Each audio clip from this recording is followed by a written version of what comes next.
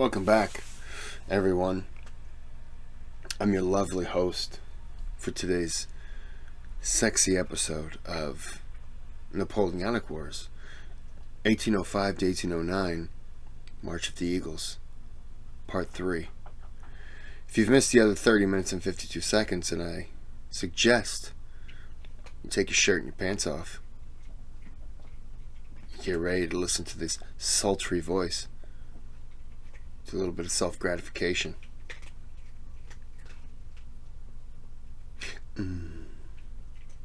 Is it creepy? Did I make it creepy? Was it creepy enough? Alright, that's good.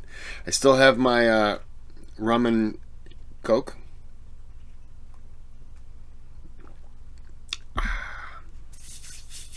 We're going to go ahead and get into... I'm fine. Might just be death creeping in.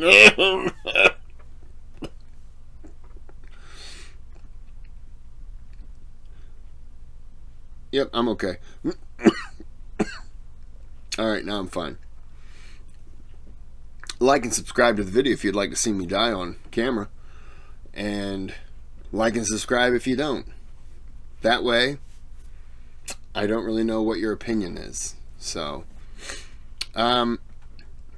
like and subscribe if you've had to fight the Chuck E. Cheese doll.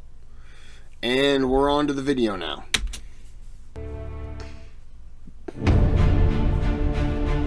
We're going to full screen it. My apologies. 1 week before Christmas 1806, French Emperor Napoleon Bonaparte arrived in the Polish city of Warsaw, then part of Prussia. A year had passed since his great victory over the Austrians and Russians at Austerlitz, and 2 months since he'd hammered the Prussians at Jena. But Russia still had powerful forces in the field, the most important of which was the Russian First Army, commanded by General Bennigsen.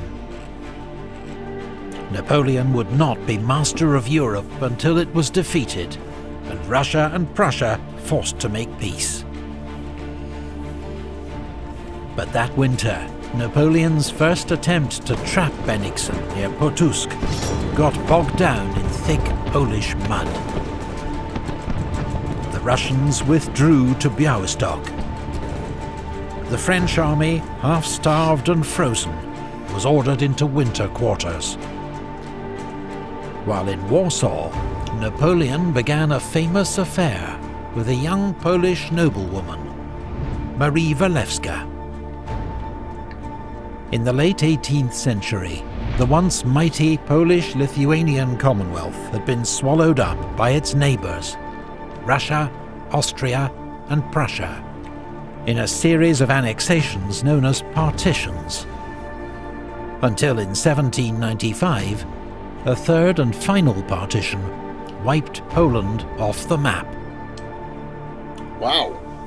Now, Polish patriots looked to Napoleon as their saviour, praying that his victories against their occupiers would lead to the rebirth of a Polish state. Marie Walewska became Napoleon's mistress in order to further this cause.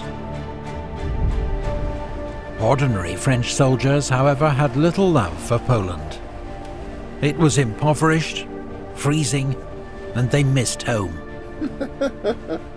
Desertion rates soared. There were even 100 cases of suicide. Wow. Marshal Ney, commanding 6th Corps, sent patrols towards Heilsberg, looking for better quarters. What they found were Russian and Prussian soldiers on the move. They'd stumbled into a surprise winter attack by Bennigsen.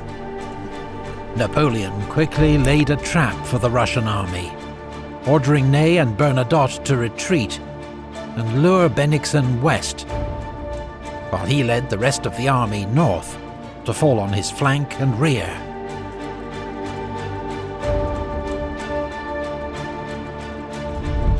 But the Russians captured a French courier carrying the Emperor's orders to Marshal Bernadotte. Bennigsen, now warned of the trap, ordered a retreat, fighting a series of rearguard skirmishes against the pursuing French. But he refused to give up the city of Königsberg without a fight, and turned to give battle at Eylau. I apologize, I got distracted.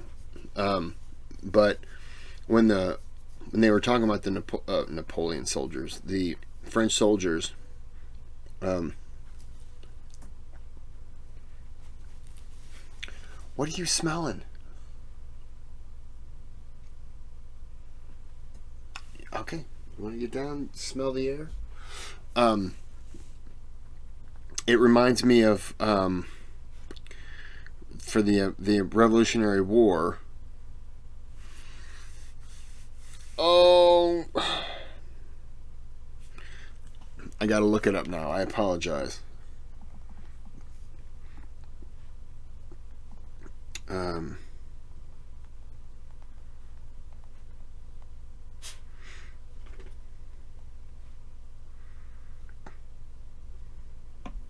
Valley Forge. It kind of reminds me of Valley Forge with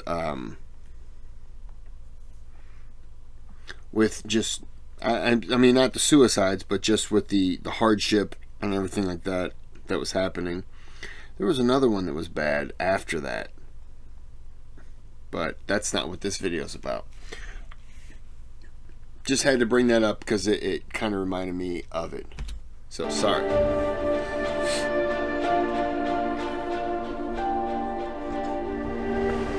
The Battle of Eylau, fought over 2 days, was one of the most brutal of the Napoleonic Wars, fought in freezing conditions, with neither side backing down. Marshal Augereau's 7th Corps, advancing into the face of a snowstorm, lost its way and was cut to pieces by Russian cannon fire. 5 French Eagles were lost. Napoleon's army was only saved by a devastating massed cavalry charge by 10,000 horsemen, led by the fearless Marshal Murat, and remembered as one of the great cavalry charges in history. At Eylau, for the first time as emperor, Napoleon failed to win a clear victory on the battlefield.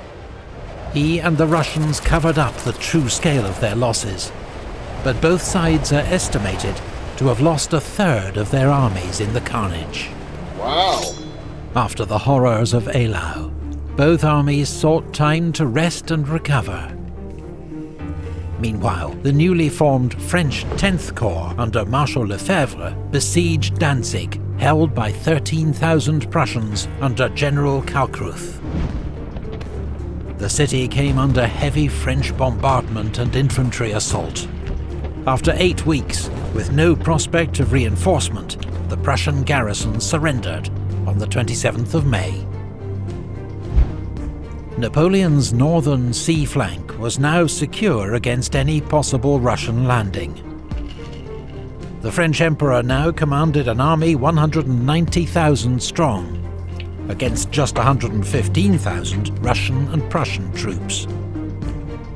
But it was Bennigsen who moved first, launching a surprise attack against Ney's 6th Corps on the 5th of June. Ney conducted a brilliant fighting withdrawal and escaped. Bennigsen, having lost the element of surprise, and with Napoleon advancing, retreated once more. 4 days later at Heilsberg, the French lost 10,000 men in a botched assault against Russian defences. But the Russians continued their retreat the next day. Napoleon thought Bennigsen would head north to Königsberg, but instead he retreated northeast, keeping to the east bank of the Eylau River. So when Napoleon's army marched north, it was Marshal Lannes' Reserve Corps on his right flank that next encountered the Russian army, near the small town of Friedland.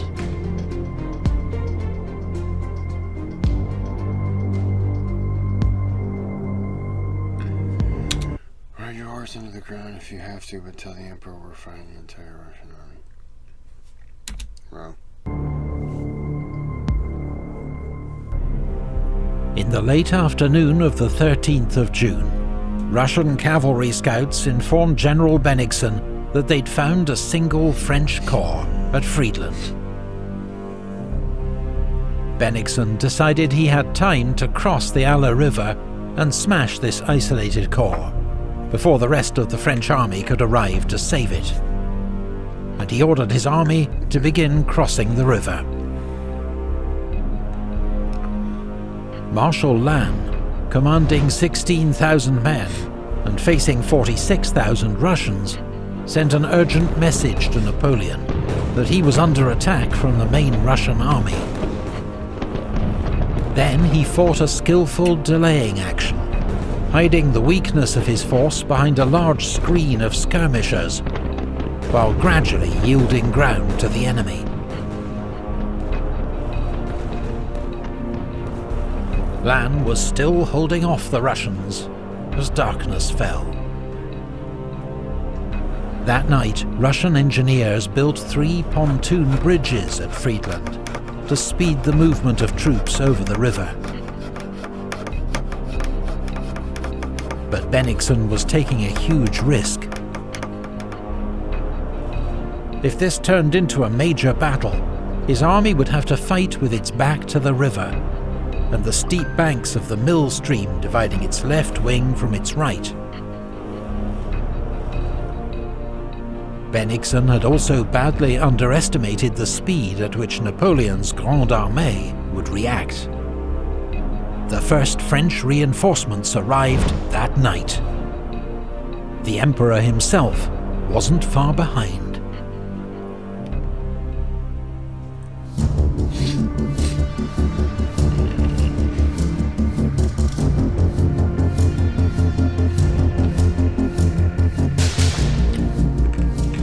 By dawn on the 14th of June, about 40,000 Russians had crossed to the west bank of the Eylau River. Bennigsen ordered an attack on the village of Heinrichsdorf to turn the French left flank. But French cavalry reinforcements, led by General Grouchy, intercepted the Russians. In more than an hour of charge and countercharge, the French horsemen finally drove the Russians back. Marshal Mortier's 8th Corps now arrived to reinforce the French centre.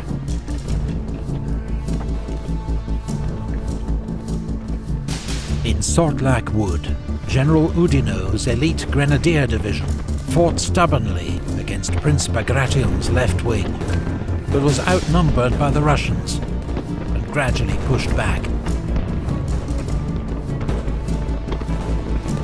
Around noon, on a sweltering day, Napoleon himself arrived.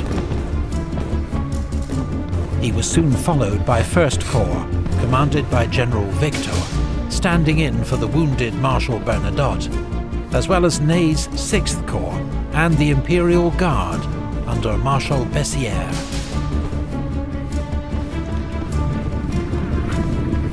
The date, the 14th of June, held special significance for Napoleon. It was the 7th anniversary of his great victory over the Austrians at Marengo. It's the 13th of June now. A good omen, he declared. The battle then entered a lull, as Napoleon assessed the situation, saw Bennigsen's dangerous position, and issued orders for an attack to take advantage of it. Bennigsen, meanwhile, who was tormented by ill health throughout the day, saw that he now faced the full might of Napoleon's army, and issued orders for a retreat.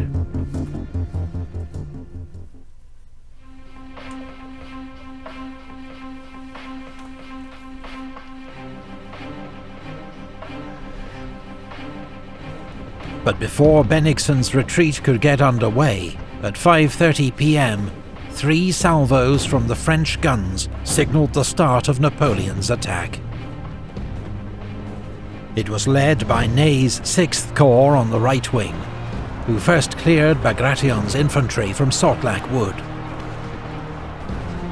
But as Ney's troops left the cover of the trees, they came under heavy fire from Russian cannon across the river. As the French attack faltered, Prince Bagration rallied his men and launched a cavalry counterattack. Ney's corps retreated. But now General Victor's First Corps came up on his left. Its artillery commander, General Senarmont, advanced with 30 guns and blasted the Russians at point-blank range with case shot. Hundreds of Russians were mown down within minutes. Under this onslaught, Bagration's men began to waver and then retreat. Around 7 p.m, the Russian Imperial Guard launched a desperate counterattack to try to halt the French advance on Friedland. But they were outnumbered and outgunned. As exploding shells began to start fires in Friedland, the French centre and left wing joined the attack.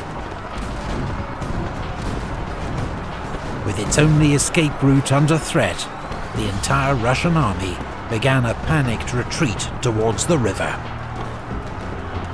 But Friedland's houses and bridges were now ablaze.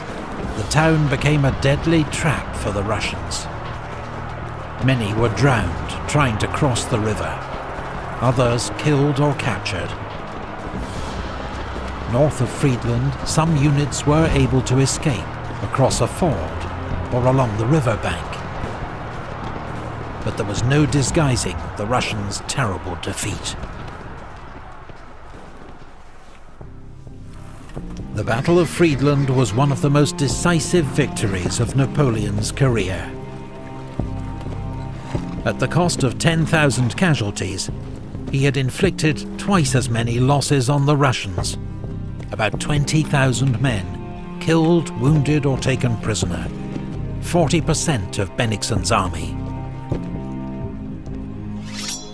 The Prussians abandoned Königsberg the next day, which was occupied by Soult's Fourth Corps, while Bennigsen's shattered army retreated across the river Niemen into Russia. Tsar Alexander's advisors implored him to make peace with Napoleon. He accepted their advice, and a ceasefire was agreed.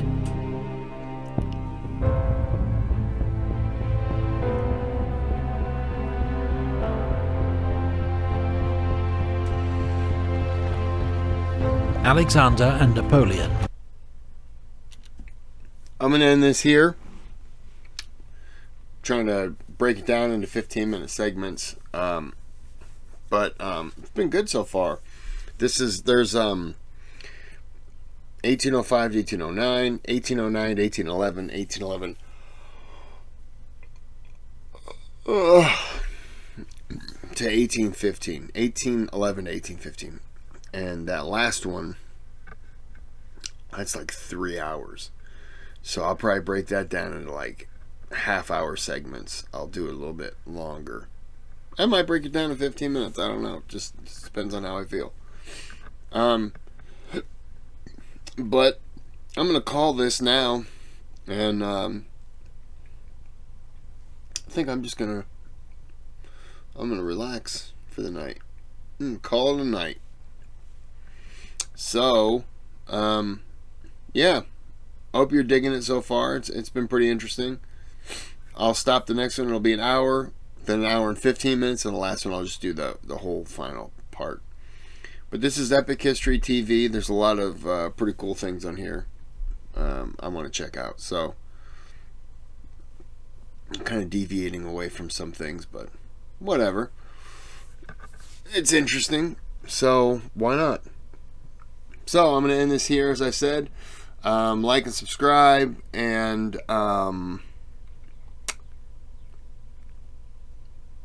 got nothing else, so have a good day, have a good night.